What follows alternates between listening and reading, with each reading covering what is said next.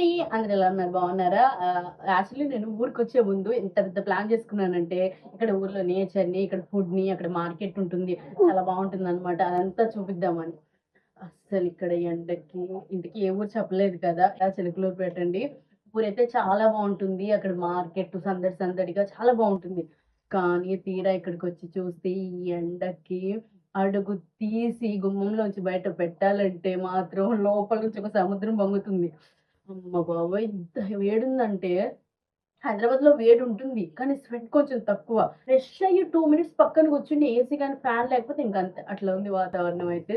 అంటే ఇక్కడ ఉండే వాళ్ళకి అలవాటయిపోయింది. మనం ఎప్పుడో ఒకసారి వస్తాం కాబట్టి. ఇక ఈ రోజైతే ఇక్కడ నేను ఎగ్ కర్రీ చేశాను. మా సిస్టర్ ప్రెగ్నెంట్. తను అడిగిందక్క ఎగ్ కర్రీ చేయవా తినాలనిపిస్తుంది అంటే తన కోసం ఎగ్ పులుసు చేశాను.